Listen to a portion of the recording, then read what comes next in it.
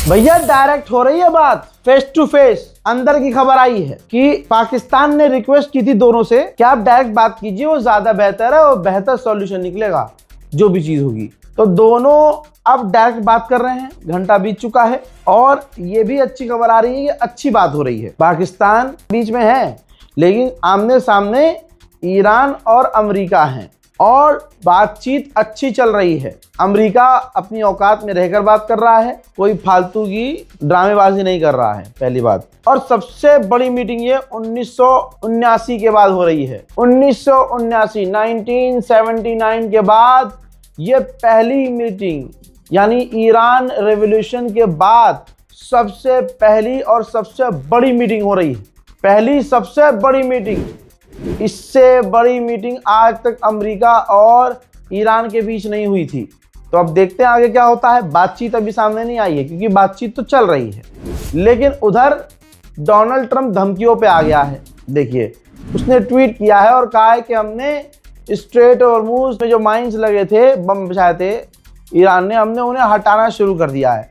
हालांकि इसका कोई प्रूफ नहीं है, ना अमेरिका की नेवी स्ट्रेट ऑफ हॉर्मुज़ में है। फिर वही बात उसने रिपीट की कि हमने ईरान की नेवी, एयरफोर्स सब कुछ तबाह कर दिया है। देखिए, इसका सीन क्या है, फिलहाल मैं उम्मत को बता दूं। इसका सीन ये है कि इज्जत तो गई है इसकी, बर्बाद हो गई है। कुत्ते की तरह पीटा है, पाकिस्तान के सामने जाके रोया। शहबाज शरीफ से खुला इसने बोला है कि भाई मेरी बात करा दो, मीटिंग करा दो, डील करा दो, मामला ख़राब हो गया है। तब उसके बाद ये शहबाज शरीफ को पाकिस्तान को बीच में कूदना पड़ा है। अब इसकी सारी इज्जत खत्म हो चुकी है, तो भाई ये फड़फड़ा रहा है कि इज्जत बच जाए। तो ये अंदर ही अंदर कह रहा है भाई डील करा दो। अपने डेलीगेशन से कह रहा है डील करके आना और अच्छी डील करके आना, जो वो कहे मान लेना, चीज़ें खराब मत करना, हमें जंग नहीं करनी। ये कह के भेज रहा है अपनी डेलीगेशन को। और इधर जनता के बीच कह रहा है पब्लिक में, हमने ईरान की नेवी ख़त्म कर दी है, हमने ये कर दिया है, हमारी जीत हो गई है। तो आप समझ रहे हो ना, बोलने दो। अरे पिटाई हुई है बेचारी की। अब अमेरिका दावा भी कर रहा है। अब अमेरिका ने देखिए अमेरिका ने दावा किया है हमारी नेवी जो है स्ट्रेट ऑफ हॉर्मुज़ को क्रॉस की है, और ये इसलिए किया ताकि जो टैंकर रास्ते में फंसे हुए हैं उनको जो डर बैठा हुआ है उनका डर खत्म हो, क्योंकि रास्ते में माइन वाइन बिछी हुई है। हजरात, ईरान का कुछ और कहना है। ईरान ने कहा कि हमने अमेरिकी जहाजों को वार्निंग दी और आधे घंटे का ड्यूरेशन दिया। वार्निंग कहा कि भाई वार्निंग देते रहे, या फिर उस आधे घंटे के अंदर इतनी धमकी दे दी कि ये क्लियर ईरान ने कहा है कि उन्होंने यू टर्न ले लिया। अमेरिकी नेवी मुड़ गई। ठीक, अब अमेरिका कह रहा है कि हमारे नेवी ने क्रॉस किया। अगर अमेरिका कहता तो मैं मान जाता, ट्रम्प कह रहा है कि भाई हमारी नेवी ने क्रॉस किया। ईरान कह रहा है कि हमने धमकी दी, वार्निंग दी, ये मुड़ गया। अब ये आपके हाथ में है। इस 40-45 दिन की जंग में आप देखो झूठ कौन बोलता रहा और सच कौन बोलता है। ईरान की मीडिया ने खुद कहा है कि हमने रेड लाइन रखी है। ईरान ने अमेरिका के आगे रेड लाइन रखी है कि परमानेंट सीज फायर होगा, दोबारा जंग का कोई सीन नहीं होगा, आप दोबारा हमला नहीं करोगे, स्ट्रेट ऑफ हॉर्मुज़ हमारा होगा। तीसरा, जो हमारा नुकसान हुआ होगा उसकी भरपाई होगी, आप करेंगे। चौथा, जो हमारे पैसे फंसे हुए हैं जो आप रिलीज नहीं कर रहे हैं, आपको रिलीज करना होगा। पांचवा, हम पर लगी हुई तमाम पाबंदियां आपको हटानी होंगी। ईरान की ये रेड लाइन है। लीजिए, ईरान के ऑफिशियल साफ कह रहे हैं कि स्ट्रेट ऑफ हॉर्मुज़ से जो भी गुजरेगा, चाहे वो कोई भी हो, पैसे उसे देने पड़ेंगे। यही अब रूल होगा। अंधभक्तों की औकात दिखाने के लिए ये फुल स्क्रीन पर लगा रहा हूं। देखो अंधभक्तों, जिसकी तुम पूजा कर रहे थे, भगवान मान रहे थे, देखो ईरान ने कितना पेला है कि उनकी ही इंटेलिजेंस ने कहा है, अमेरिकी इंटेलिजेंस ने कहा है कि ईरान कमज़ोर पड़ा है, हारा नहीं है। कमज़ोर पड़ा है, हारा नहीं है।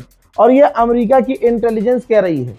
यहाँ पर एक क्रॉस मैं भी कर दूं, अगर हारा है या छोड़िए कमज़ोर भी पड़ा होता, ईरान अगर कमज़ोर पड़ा होता तो पाकिस्तान से ईरान कहता भाई सीज फायर कराओ, अमेरिका ने कहता। ईरान ने कंफर्म किया है कि हम लेबनान से डायरेक्ट कनेक्टेड हैं, अपडेट ले रहे हैं और अपडेट दे रहे हैं। यानी लेबनान एक अहले सुन्नत देश जिस पर जिद पर अड़ा हुआ ईरान की सीज फायर होगा तो माशाल्लाह वहां भी होगा। डोनाल्ड ट्रंप इंशाल्लाह आप देखेंगे इतना जलील होगा जितना अभी हुआ है। डील हो भी जाएगी ना तो डोनाल्ड ट्रंप जिंदगी भर जलील होता रहेगा। अपने कामों में उलझ गया है वो। अपने घमंड में टूट गया है वो दोस्तों, क्योंकि इसने कहा था कि ईरान तेल के दाम बढ़ा नहीं पाएगा। आज तेल के दाम देख लीजिए। बीच में रूस ने चालाकी खेली, फर्टिलाइजर्स जो हैं एक्सपोर्ट करना बंद कर दिए। अमेरिका में किसानों को फर्टिलाइजर्स की कमी पड़ गई, दाम बहुत ज्यादा हो गए। अब उसको यानी डोनाल्ड ट्रंप को किसानों के लिए बोलना पड़ा कि मैं देख रहा हूं दुनिया भर में फर्टिलाइजर्स के दाम बढ़ रहे हैं, काफी दिक्कत और मुश्किल हो रही है हमारे किसानों को। हम ये एक्सेप्ट नहीं करते कि इतने दाम बढ़ गए। हम हर तरह से अपने किसानों के साथ हैं और हज़ार किसान हल लेकर इसके चूतड़ों में घुसाने को तैयार हैं कि साले खुद तूने जंग करवाई और तेरे हरामीपन की वजह से, दादागिरी की वजह से सारी दुनिया में आपको पता भी नहीं है किसान खतरनाक लेवल पर अमेरिका में इससे नाराज हैं। वक्त के यजीद, कुछ मुसलमानों का पसंदीदा मोहम्मद बिन सलमान, उसने फ्रांस के राष्ट्रपति इमानुएल मैक्रोन से फोन पर बात की है। हजरात, यूएई और सऊदी अरब के बीच है दूरी है, वो तो ईरान का शुक्रिया अदा करना चाहिए कि ईरान ने इतना पीटा कि उस वक्त एक रहे। जैसे मोदी सरकार मुसलमानों को इतना सही मतलब पीट के रखती थी, अभी भी माशाल्लाह कि मुसलमान कभी शिया सुन्नी नहीं किया जब से मोदी जी आए हैं। और मैं तो फुल सपोर्ट में मोदी जी के अब कि भाई अगले आदमी ने कम से कम मुसलमानों को एक करके रखा था। इस 42 दिन की जंग में कुछ सुन्नी, नकली सुन्नी दाढ़ी वालों ने, टोपी वालों ने चंद व्यूज़ और लाइक के चक्कर में, और जो उनकी अम्मा जो गलत काम की थी जिसके से वो पैदा हुए और यहाँ मुल्ला जी बन गए, अल्लाह जाने क्या उनके दिल में है, क्या दिमाग में है। उन्होंने खूब शिया सुन्नी किया भारत में, खूब किया भाई। और जो मतलब किसी, अब मैंने ये भी देखा जो खिलाफ बोल रहा है रज़ाग्राफी के, जो खिलाफ बोल रहा है ईरान के, जो खिलाफ बोल रहा है यूनिटी के, उनके अकाउंट्स भाई 3000 फॉलोवर इंस्टाग्राम पर, 2000 फॉलोवर, 500 फॉलोवर, 10,000, 12,000 फॉलोवर, 15-20,000 फॉलोवर। बस भाई ऐसे लोग यही सब काम कर रहे थे। और क्यों कर रहे थे पता है? सिर्फ लाइक और व्यूज आ जाएं। पहला, आपने रज़ाग्राफी को इतना देखा कि रज़ाग्राफी ट्रेंड में रहा। 45 दिन कोई ट्रेंड में रह सकता है क्या? आपकी मोहब्बत की वजह से 45-42 दिन रज़ाग्राफी ट्रेंड पे रहा। मुल्ले ने सोचा कि भाई साहब रज़ाग्राफी चल रहा है, कुछ भी इल्ज़ाम लगा दो, कुछ भी इल्ज़ाम लगा दो और बोल दो कि भाई तूने तो सहाबाए कराम के खिलाफ बोल दिया। नौजुबिल्ला नौजुबिल्ला नौजुबिल्ला। मतलब अगर मैंने किसी भगौड़े की बात करी तो ये समझ गया कि जिसको ये मानता है, पता नहीं किसको मानता है, ये जानता है उसे कि वो भागा था। और अल्लाह मेरी तौबा, उनकी मेंटालिटी देखो, भगौड़े को ये साहबी मान रहे हैं। जो मैदान जंग में 1 इंच भी पीछे हो गया हुजूर को छोड़ के, वो साहबी कैसे हो गया भाई? और तुम मान क्यों रहे हो उसे? अब ये कह रहे हैं भाई तुमने किसको कहा? अबे मैंने तो एग्जाम्पल दिया था, मैं क्या वहां मौजूद था क्या कि नहीं फलाना बिनते फलाना भागा था? अबे भाई फॉर एग्जाम्पल ये भी चीज समझ लीजिए आप कि अगर 2 लाख की फौज मुसलमानों की जा रही है हुजूर के साथ, तो 2 लाख के 2 लाख साहबी हो गए? नहीं ना। तो ऐसे बहुत हुआ करते थे जो बस जंग में चले जाते थे कि चलो चल रहे हैं, हाँ चलो चल रहे हैं। कि भाई उस टाइम ट्रेंड शुरू हुआ था, इस्लाम एकदम फैलना शुरू हुआ था। कई लोग लालच में, ये हमारे आलिम दीन जितने बड़े मुफ्ती हों आपके पास, आप जाके मुफ्ती से पूछिए, जनाब आपको बताएंगे कि हाँ ये रज़ा सही कह रहा है। भाई उस वक्त ट्रेंड चला था, जैसे आज ट्रेंड चलता है, एक काम सब करना शुरू करते हैं। क्या सारे के सारे दिल से मुसलमान हो गए थे? नहीं ना। कभी तारीख इस्लाम पढ़िएगा तो पता चले, नहीं ऐसा कुछ नहीं है। सबको पता है कि किसी की इतनी औकात नहीं कि असहाबाए कराम के खिलाफ कोई कुछ बोल जाए, ठीक है। लेकिन क्योंकि ट्रेंड चल रहा था रज़ाग्राफी का और मुल्ला के चैनल पर व्यूज नहीं आ रहे थे, समझे नहीं। और दिख रहा है लोगों को कि आज तक इसके इतने व्यूज नहीं आए हैं जितने व्यूज रज़ाग्राफी के खिलाफ बोलने पर आए। उन्होंने फिर बोलना शुरू किया, उनको देख देख कर दूसरों ने बोला तो हम भी बोलेंगे रज़ाग्राफी के खिलाफ।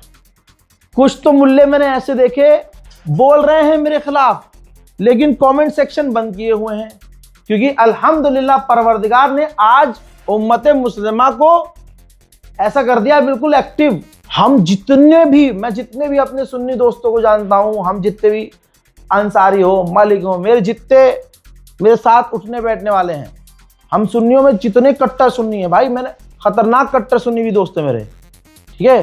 तो हमारा ग्रुप जो है उसमें जितने भी सुन्नी हैं हम में से जो खतरनाक से खतरनाक कट्टर सुन्नी है ना भाई, बिल्कुल एकदम समझ लिया सिर्फ दीन की बात करता है, वो भी कह रहा है भाई रजा भाई तूने तो बात बिल्कुल सही की है, कोई गलत बात है ही नहीं। ये तो जबरदस्ती व्यूज के चक्कर में। तो ऐसे भी फट्टू लोग कि पता है कमेंट सेक्शन में उम्मत आकर नंगा करेगी हमें, लेकिन व्यूज के लिए, व्यूज सिर्फ व्यूज आना चाहिए, हमारे फॉलोवर बढ़ने चाहिए, उन्होंने किया।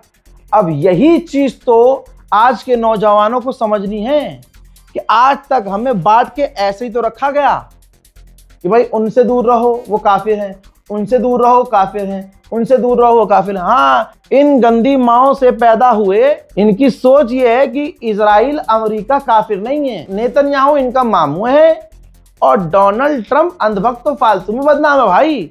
अंधभक्तों से ज्यादा गंदे तो हम मुसलमानों में लोग हैं, क्योंकि भाई वो तो गैर मजहब के हैं, ऑब्वियसली उनका लाइफस्टाइल, उनकी मेंटालिटी, उनके नेता सब अलग होंगे। यहां देखो जो ला इलाहा इल्लल्लाह की बात कर रहा है, जो कुरान की बात कर रहा है, जो कह रहा है सब एक हो जाओ, उसके खिलाफ 4-5 लोग इसलिए बोल रहे हैं क्योंकि उनके व्यूज चाहिए, और जो बात बोली नहीं है वो मुंह में डाला जा रहा है।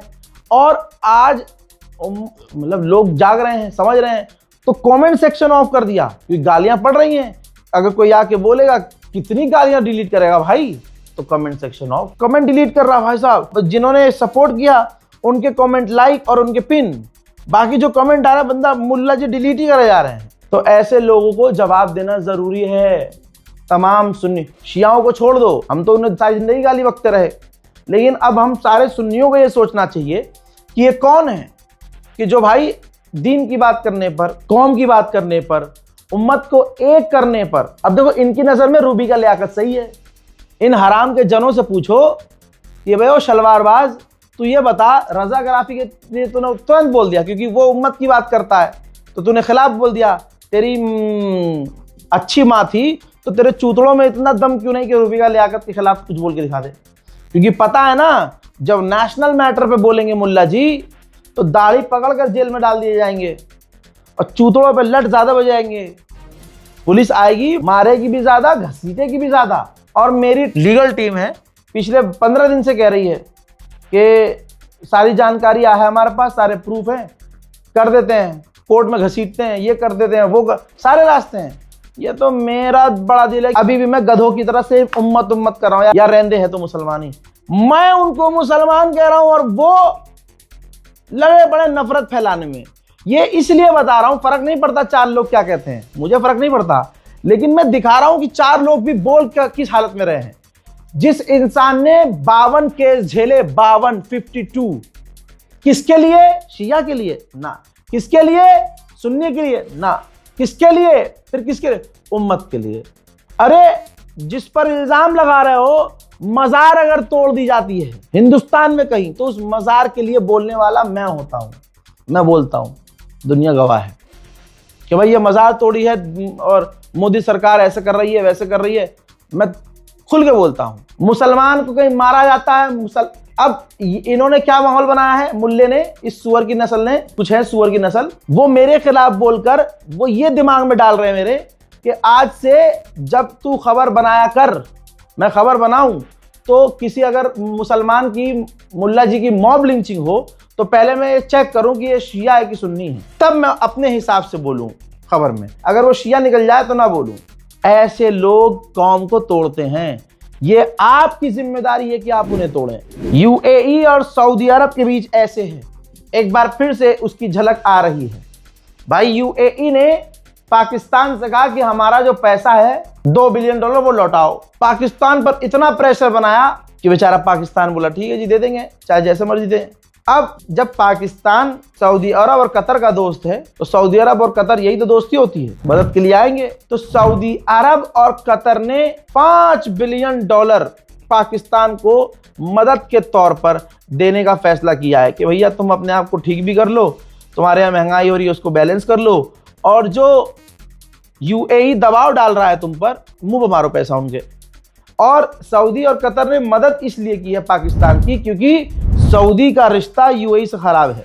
यूएई इजराइल के अंदाज में इजराइल के इशारे पर काम कर रहा है, सऊदी गवर्नमेंट ने खुद कहा था। तो ये काम अच्छा हो गया पाकिस्तान के लिए कि भैया पैसा मिल गया। अब उसमें से 5 बिलियन डॉलर आ रहा है, 2 बिलियन डॉलर दे देगा, वापस मुंह मार देगा, 3 बिलियन डॉलर अपने मुल्क में लगाएगा। तो इस तरह से दोस्त होने चाहिए। लीजिए, स्ट्रेट ऑफ हॉर्मूज के बारे में मेरे फैंस पूछते रहते हैं कि भाई स्ट्रेट ऑफ हॉर्मूज का क्या हाल है। ये देखिए, स्ट्रेट ऑफ हॉर्मूज में लंबी कतार आज भी लगी हुई है। जो गुलाबी सुअर ने कहा कि हमने रास्ता दिया, रास्ता बनाया, हमने लोगों को निकलने दिया और वहां से टैंकर, सब झूठ है।